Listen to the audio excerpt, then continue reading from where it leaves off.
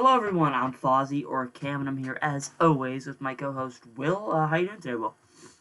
I am doing great, Cam, man. I must say, I'm happy. I mean, even though Avatar 3 is still like a year away, December 2025 or whatever that's coming out, but I'm happy we at least got a title revealed for it at D23, Avatar Fire and Ash. Yeah, So even though that movie is still a long ways away, I'm happy that we at least get a little bit of a taste of what that might look like. So I'm doing great. And and how about you, Cam? I'm doing good, and I'm gonna kind of follow off what you just said by continuing my statement of I don't think I've ever come out and actually said this on the podcast, but people know my opinions on Avatar Right. aren't very positive. And granted, I haven't seen The Way of Water. I've seen the first Avatar, which I think I should probably wait to see Way of Water, which I'll see at some point if I have time and I want to watch a 2.5 hour, probably gonna be mediocre movie. But here's what I'm thinking. This is my take on the Avatar movie series. I think it's the most overrated film series of all time. And like I said, this is just Okay. you know what? I'll say this: Avatar One. I won't say the film series yet. Avatar 1 is the most overrated film series of all time. Way of Water could completely sway me. I doubt it will, but it could. But yeah, those are my thoughts right now, and that's kind of what's holding me against kind of seeing Way of Water, even though it was such a big phenomenon and everything. I just don't care enough about Avatar or any of the characters to watch it. But in time, I'll watch it because I mean it's a VFX Marvel, right? So yeah, James Cameron, legendary director. So I'll see it at some point. But today we got a lot to talk about today. Um, I find it weird, Will, that summer when we're off from school, every single summer that we've done the podcast, it's always when we take the most time off between episodes. That's just how it goes. And I don't know if it's. I think it's just because we're more busy during the summer. We just got more going on, which doesn't really make sense because you'd think during the school year we'd be more busy. But I mean, here we are. So yeah, I'm excited to be back on the full-on grind of the Everything podcast. Um, yeah, we have a lot to talk about today. We got a lot of trailers came out in our absence. And by the way, we were only gone for like two 2 weeks, so we have to talk about some of the D23 Marvel trailers that we didn't talk about last episode, like Captain America, the League Thunderbolts trailer, and the Daredevil Born Again trailer. We also have to talk about our New England Patriots, obviously, and kind of, I guess, preseason in general. Going into this NFL season, Team USA, we can dabble in a little bit. And, yeah, we can also talk. Yeah, I guess we'll start this off. You went to an Alanis Morissette concert, Will. Yes. How was that?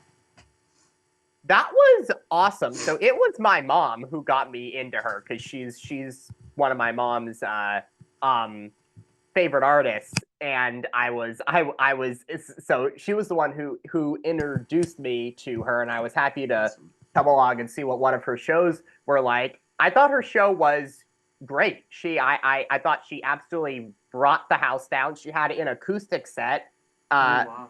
midway through the show, which I think just adds a Really? whole just adds a whole other element to it. So I love that she did that, but um I thought the show was great, but just specifically talking about her, I want to say this. I have so much respect for her. If you look at any of the major female artists today, I'm talking Olivia Rodrigo, Taylor Swift, Pink, Kelly Clarkson, like any, it feels to me, at least with those four, and I can guarantee there's more, but it just seems to me like every single major female artist who is popular today will point to her as a person who paved the way to allow them to be able to do what they're able to do now. Olivia Rodrigo and Taylor Swift, the breakup songs that they Yeah. release on a constant basis, Yeah. weren't coming out with those types of breakup songs until Alanis Morissette did it with her debut album Jagged Yeah. Little Pill back in the 90s. Women didn't really have permission to do that until she took the brave step of being one of the first ones to do it. So when I hear about all the modern female artists talk about how she was a major influence for them and she gave them permission to be able to do what they're able to do today, it just makes me have uh, an endless amount of respect for her for what she was able to do at the time that she did it. Yeah, so I can't. I'm not a huge fan of hers. I mean, I've heard some of her hits here or there on the radio or whatever it may be, but say now, I mean, hearing you talk about her more, it's kind of getting me interested. Where do you recommend me or any of our viewers who aren't familiar with the Alanis Morissette catalog? Where do you recommend we start with her? I would say listen to her debut album Okay, because because some Jagged Little artists, Pill because it's an absolute classic, and I tend to gravitate toward her. Well, I mean, this is the case for me with multiple artists. I tend to gravitate toward her most. I enjoy her most in the acoustic format, yeah, and I would recommend everybody to go. I say this about so many people, but her on the Howard Stern show because Howard Stern just seems to get the best musical performances to come out of his show. It's one of the reasons why I consider him so great at what he does.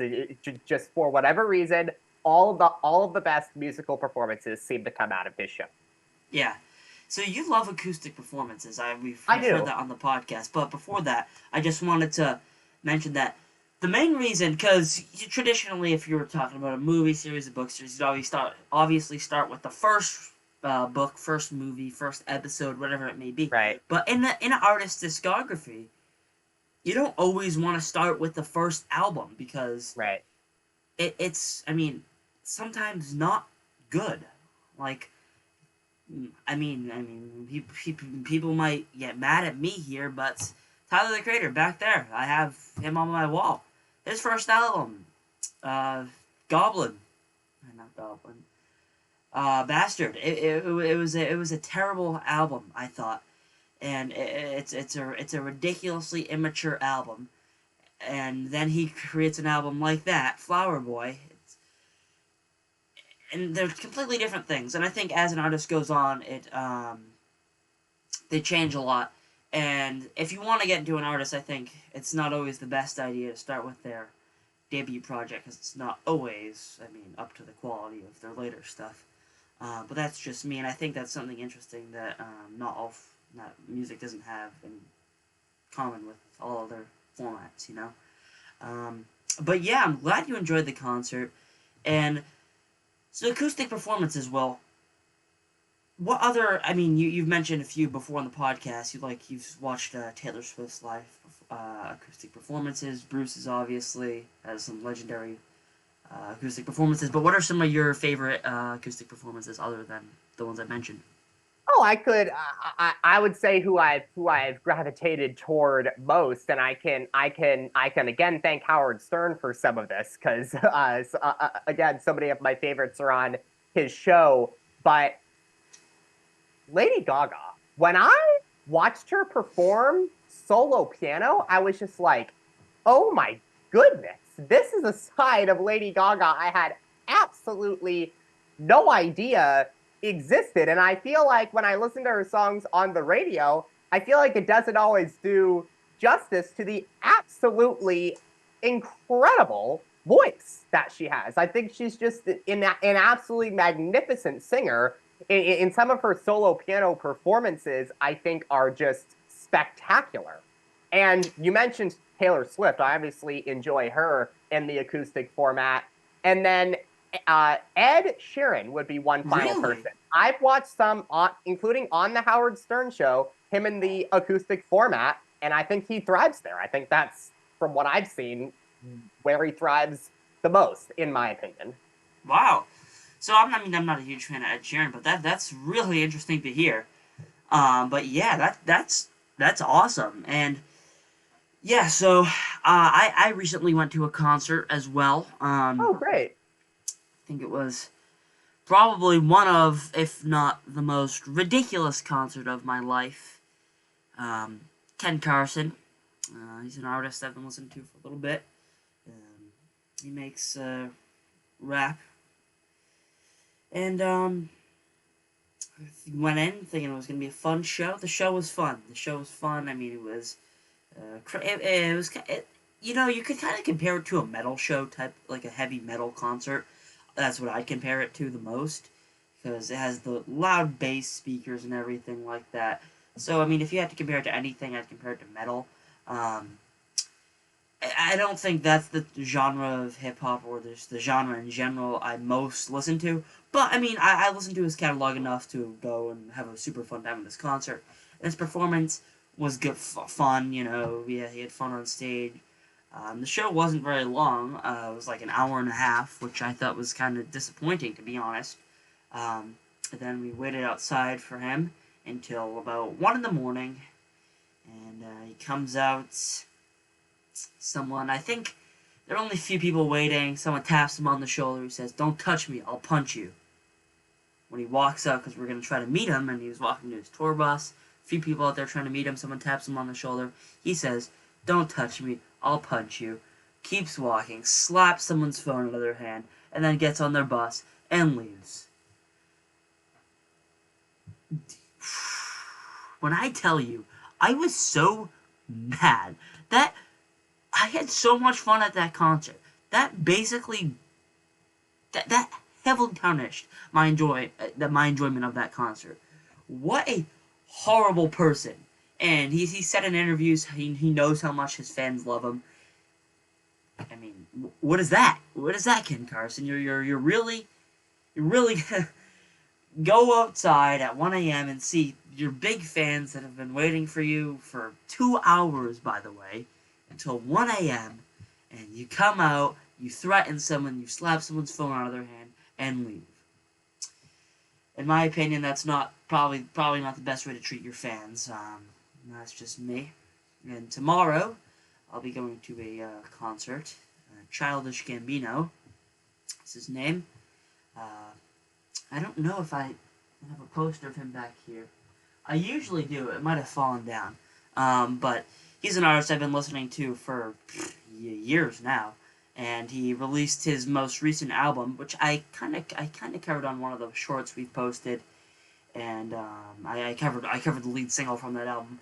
I'd like to do a review of it at some point because I thought it was just a fantastic record. But Bando Stone and the New World is his new album, and if you guys haven't listened to it yet and you're unfamiliar with his catalog, that might be the best. This actually might be the best album for you because he's known for kind of switching it up.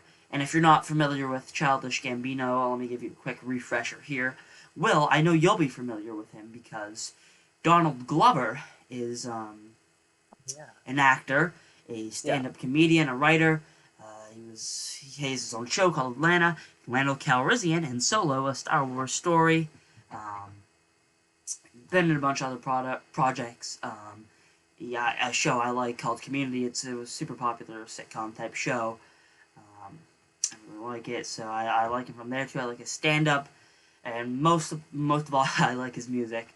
So yeah, I'm super excited to get to go to this concert. But this album, Bando Stone in the New World, is great because he's known for not only mixing up what he does outside of music, but he's known for mixing up the genre of what he does. He made rap albums. He's made a psychedelic funk album, um, R&B pop albums. You know, just a whole lot of everything. And I think this album, Bando Stone in the New World, literally combines everything from every project. And this is supposed to be his final album, so it combines everything. And so if this is your first album, you kind of get a taste of everything in one. And I think it's a really good album. And I was really impressed with it, and I can't wait to see it live. If you're not going to the concert, then I recommend you guys look at some of the videos that people have been posting from the concert online. Because it looks crazy. He has a new crazy lights. It looks like a great show, so I'm excited for that. especially because he's an artist that I like so much. But yeah, time for a little terrible segue here, because that's one thing we're not good at on the podcast. We're not good at transitioning topics. We just kind of do it. But originally we were going to start off with talking about Captain America. What is it called now? Is it called Brave New World still? Or Yes. Okay, yeah, it's called New World Order at some point. Yeah, we were originally supposed to start off the episode talking about that, but who doesn't really matter. We talk about it now. So we didn't have a chance to talk about it last episode. But Will, what were your thoughts on the new Captain America trailer?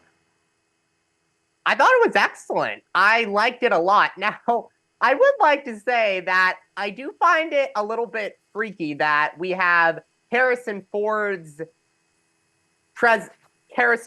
character, who's the president of the United States. There is an assassination attempt on his character in this trailer, and then the very day after that trailer dropped, we had an assassination attempt on former President Donald Trump. So the fact that we had an assassination attempt on a former U.S. president one day after a movie trailer drops with a character who's the president of the United States having an assassination attempt, that I found a little bit freaky.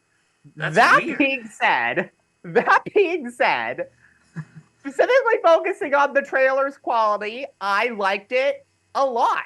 When it dropped, I watched it multiple times in a row when it dropped because I was just so into it. And I saw, I was reading a article once, and Kevin Feige was saying that the movie was going to be similar in tone to Captain America, the Winter Soldier, and that, along with Civil War. Although I guess you could call Civil War an Avengers movie if you want to. If someone wants to call Civil War an Avengers movie, I won't be mad at them at all. But since Winter Soldier along with Civil War are definitely my two favorite Captain America movies, hearing Kevin Feige say that this Captain America movie would echo Winter Soldier in terms of its tone, I was really excited about that because I thought the kind of, gritty tone of Winter Soldier worked really well. And when I saw this trailer, I felt like Kevin Feige's statement was echoed in every way. I just thought it had a great,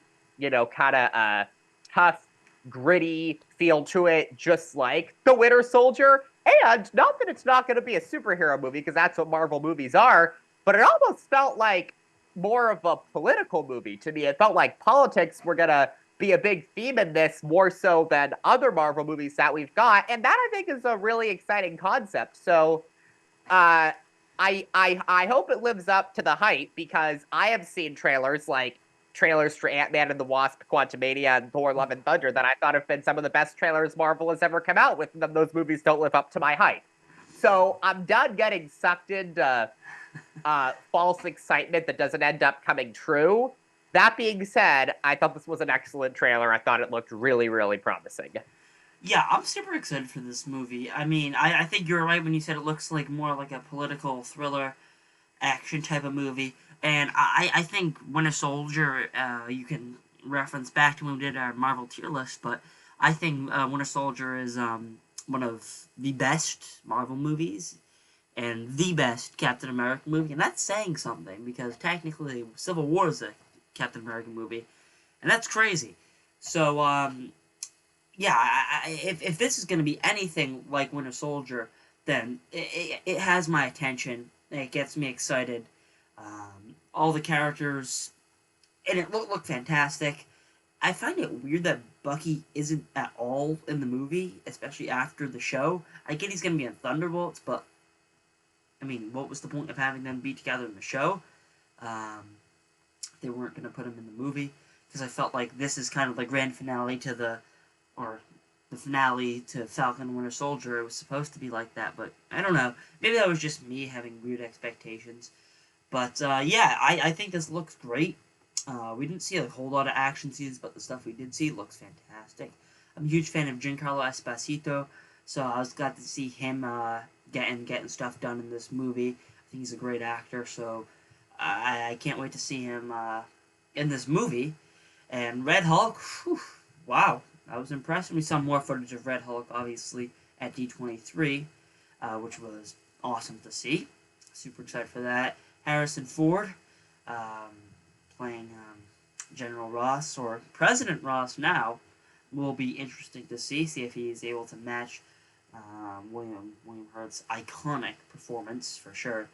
Um, Excited to see how this goes, but we also have two other trailers that dropped. One of them being Daredevil Born Again, which I've heard very good things about from the cast and crew. Charlie Cox saying, yes, don't worry, Daredevil fans, there will be a one-shot hallway fight scene in Daredevil Born Again. And we also got to see the Thunderbolts, or we didn't get to see it, was leaked online, the Thunderbolts trailer, and it looks fantastic. So, once again, Marvel's just reeling me back in. And, well, my lowest point for Marvel was when I had to watch the movie, The Marvels. Oh my goodness. I can't stand that movie. Yeah, it's bad. It's really bad. It's a terrible movie. They should honestly be ashamed that they ever put that to theaters. They could have made that. They shouldn't have made it. They should have made Captain Marvel 2 if they want to do something with that character, or maybe a Miss Marvel movie. Something. I didn't want to watch that movie, and it was terrible. I don't even know who the main villain was. I have no clue who the main villain was. And I don't know why she was a villain. I don't remember anything about that movie. It was stupid. It was a stupid waste of time. But now, and that was the lowest I got from Marvel, and I was like, yeah, come on. Like, then we have Deadpool. Then we have these announcements. Then we have Robert Downey Jr. back as Doctor Doom, and I'm a Marvel fan 100% again. So, I mean, there you go, Kevin Feige. Yeah, I'm back. Everyone's back. We're all supporting you again. Because, I mean, the Doctor Doom announcement has everyone going crazy, so good for you. What were your thoughts on the Daredevil trailer, because you're the biggest fan of Daredevil here? Yeah, so I'm gonna officially judge it when it officially comes out. I can hear more clearly, Yeah. all the lines that the characters say, but I thought it looked good. I was nervous about this show when I heard what was going on with it. I was just like, "Oh my goodness!" So, are you really gonna screw it up that bad? And I have issues with Marvel. I thought the Daredevil, the Daredevil portrayal of in She-Hulk I found unforgivable. Just putting Daredevil in a comedy in and of itself, though, I just find even more unforgivable. I could give Marvel hell for days about that. But also, when I go back and I watch Wilson Fisk in Hawkeye compared to Echo, what I appreciated about Echo is that when I watched Wilson Fisk on screen, that was the Wilson Fisk that I know and love. That was the Wilson Fisk that I know. When I go back and I watch Wilson Fisk in Hawkeye, I'm just like, oh my goodness, this feels like a PG-13 version of Wilson Fisk. You're trying to convince me that Kate Bishop is going to defeat him? Really? That I do not buy.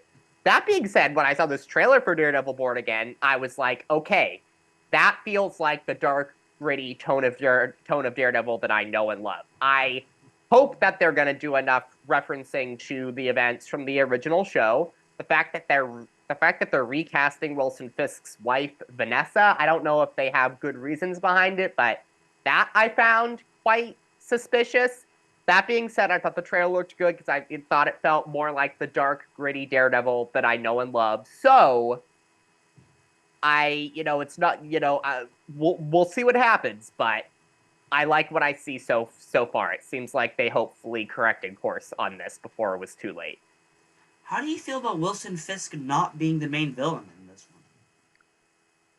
He'll probably end up the main villain by the end of the season. Don't you think that would make sense? They'll kind of build him up to that.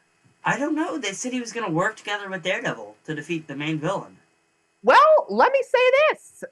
I first of all, I don't think they're going to suddenly turn Wilson Fisk into a good guy. That I don't didn't think they were going to do that. But... Right. That being said, we've had Wilson Fisk as the main villain in Daredevil Season 1 and Daredevil Season 3. So they could be trying to explore some new concepts. And let me say this. You want to not have Wilson Fisk as the main villain and try this experiment if he and Daredevil working together? Fine. Just do it well. That's all I ask. Just do it well. Don't Yeah, care what you do it well. it'll be interesting to see for sure.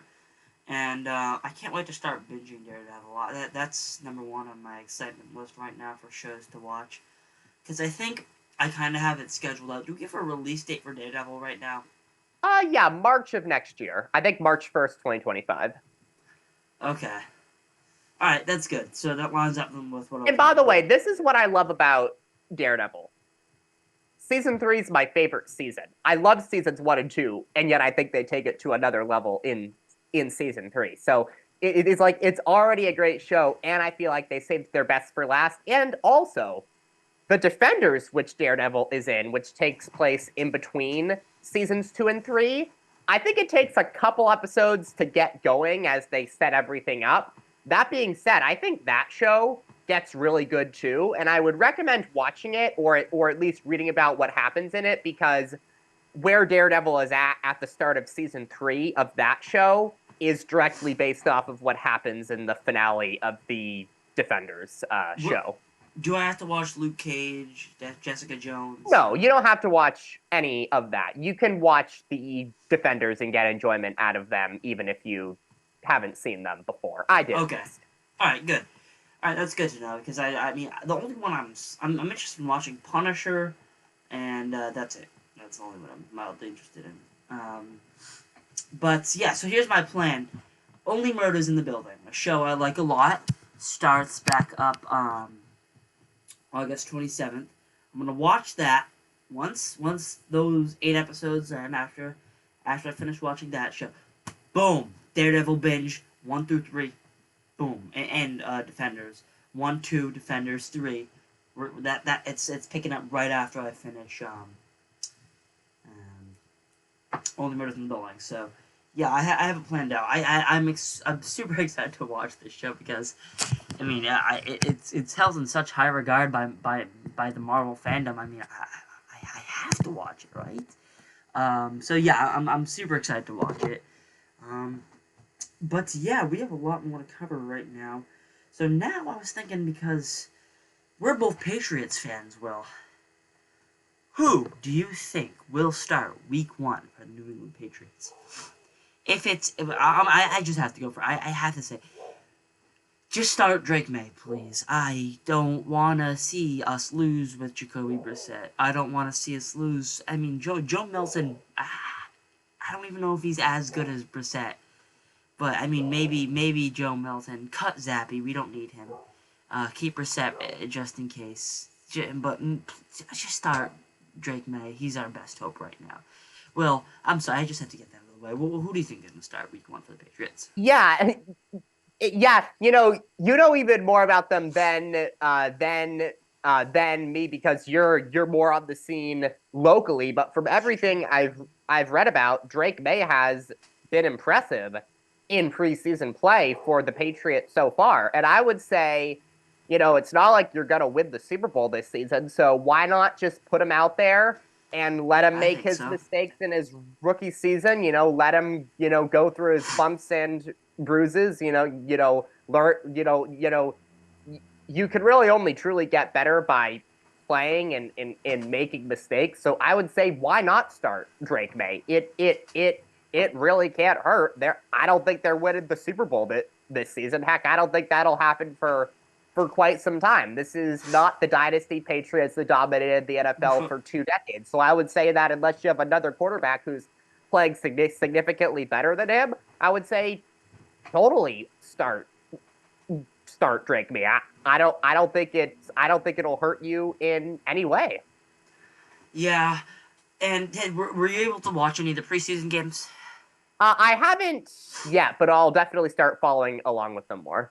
Okay, so Drake May had a few great plays in the second preseason game, and I mean, for basing him off that, he had a much better performance than Jacoby Brissett. And like I said, the only person who kind of rivaled him was, or didn't rival him, who was close to him was Joe Milton. So I mean, we'll see in preseason week 3, but I'm gunning for Drake May right now. I'm hoping he's the one. Probably won't be. Probably gonna have to wait a few more years for the Patriots to be decent again. which is unfortunate. But I mean, here we are. We lost Bill Belichick. We lost everyone.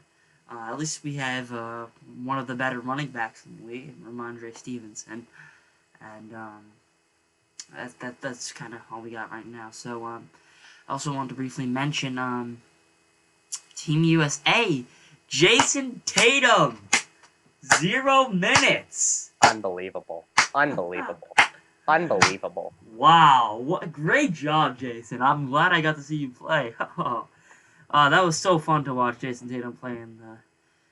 Oh wait, he didn't play at all. That was come on. Unbelievable. Why? What was the point? What was the point of having Jason? Oh, what? That was ridiculous. It was ridiculous. It's like a NBA All Star, not even that's disrespectful. That's disrespectful. Your buddy, Steve Kerr. Right. What's going on? I mean, not a single second on. Why you just had to let Curry hit more 3-pointers? Ugh. And yeah, Curry was nasty, but kind of made me mad that he was draining 3-pointers and Jason Tatum wasn't in the game. That's just me.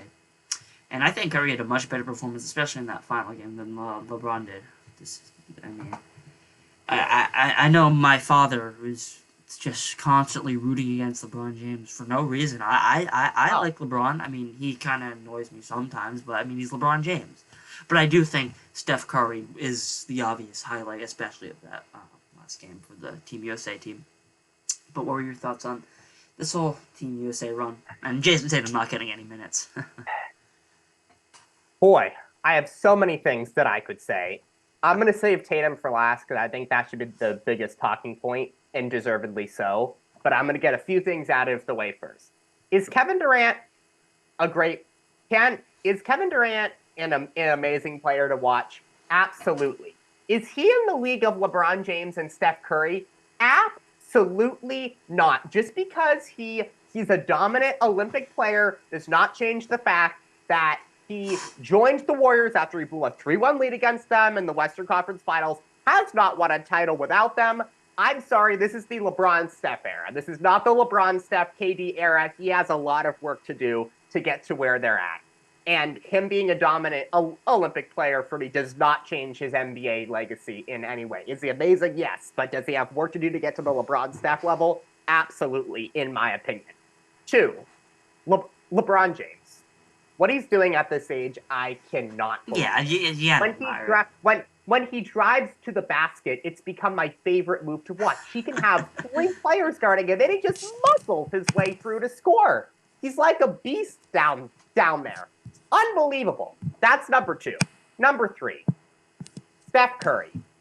Even for him, what he did in the final 2 minutes of the gold medal game against France, unbelievable. That was a in-your-face moment to Skip Bayless and Max Kellerman and all of these media personalities over the years saying he wasn't clutch and didn't show up in big games. That was just the biggest in-your-face to those people that I could possibly think of. And I was all there for it. I don't want to hear about Steph Curry not being clutch and not showing up in big games ever again. I don't want to hear one negative word about him. He is something special.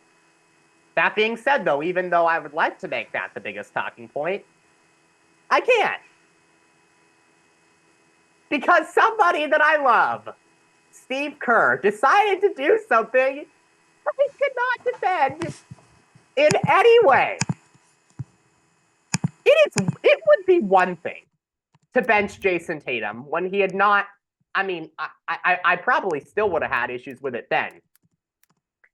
It is one thing to just bench Jason Tatum one game. It's one thing to bench him when he hasn't won a title yet. It's a whole nother thing to bench him when he just won a championship. And there are obviously other players out there playing worse than him.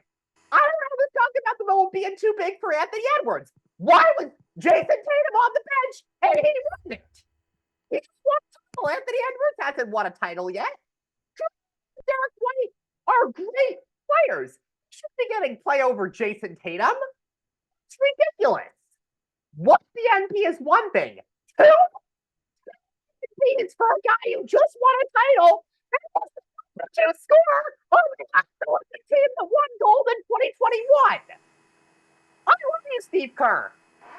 I don't know that got into him at this Olympics. I can't defend the decision at all, and I hate